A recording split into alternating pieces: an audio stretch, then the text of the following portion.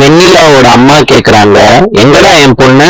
தினேஷ் சொல்றாரு, உங்க பொண்ணு உங்களுக்கு வேணும்னு நினைச்சீங்கன்னா ஜஸ்ட் 1 crore என்கிட்ட கொடுங்க. அடுத்த செகண்ட் உங்க பொண்ணு வந்து உங்க கண்ணு முன்னாடியே வந்து நிப்பா.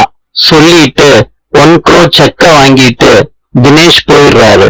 வெண்ணிலாவோட அம்மா சொல்றாங்க வெண்ணிலா கிட்ட, உன்ன என்கிட்ட குடுக்கறதுக்கு 1 கோடி ரூபாய் அந்த தினேஷ் என்கிட்ட விலை பேசினான்.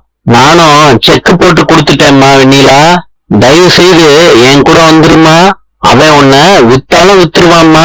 அம்மா சொல்றதை கேளுமா வெண்ணிலா. வெண்ணிலா சொல்றாங்க, அம்மா செய்யறதெல்லாம் நீங்க செஞ்சுட்டு தினேஷ் மேல எதுக்குமா பழிய போடுறீங்க?